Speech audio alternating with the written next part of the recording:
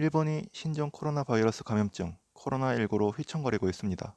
이와 함께 아베 신조 일본 총리의 입지도 흔들리고 있습니다. 2일 NHK에 따르면 전날 일본의 코로나19 신규 확진자는 266명 늘어 크루즈선 다이아몬드 프린세스 탑승자 712명을 포함 총 누적 확진자가 3,207명으로 늘었습니다.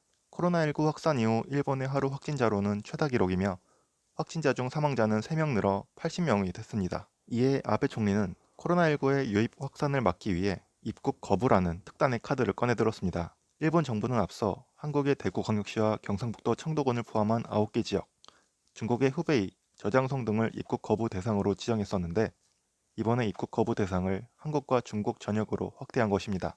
이로 인해 최근 2주 내 해당 지역에 체류한 이력이 있는 외국인의 일본 입국이 제한됩니다. 이번 조치는 오는 3일 0시부터 이달 말까지 적용되며 입국 거부 대상에 오른 지역은 기존 23개국을 포함해 총 73개 국가와 지역으로 늘었습니다. 또 아베 일본 총리는 이날 관저에서 코로나19 정부대책본부 회의를 열고 전국 5천만 이상 가구에게 천마스크 2개를 배부하겠다고 발표했습니다. 마스크 품귀 현상이 계속되자 긴급 조치를 실시한 것입니다. 이 같은 대응에도 불구하고 아베의 정치적 입지는 흔들리는 모양새입니다.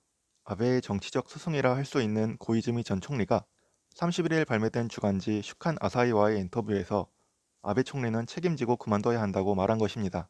고이즈미 전 총리는 모리토모 학원의 국유지 헐값 매입 의혹 및 관련 결제 서류 조작 사건 등을 거론하며 당초 공문서를 고친 것은 아베 총리가 나 자신이나 아내가 관여했다면 총리도 국회의원도 그만둔다고 국회에서 말한 것에서 시작됐다며 총리가 관여했으면 그만둔다고 말했으니 결국 책임지고 그만두지 않을 수 없다고 말했습니다. 이에 대해 아베 총리는 다음날 국회 참의원 결산위원회에서 사퇴는 털끝만큼도 생각하지 않고 있다고 반박했습니다. 코로나19 대책에 모든 힘을 다하고 있는데 지금 그걸 내팽개칠 수가 없다는 것입니다.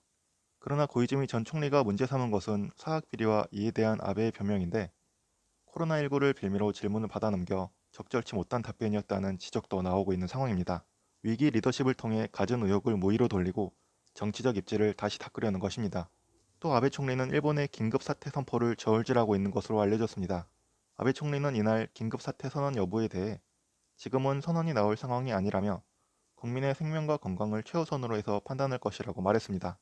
한편 이 같은 사태에도 제21대 국회의원 재선거를 위해 일본에서는 도쿄, 오사카, 고베, 나고야, 니가타, 센다이, 요코하마, 후쿠오카, 히로시마 등 10개 지역에 설치된 재외투표소에서 투표를 실시하고 있습니다.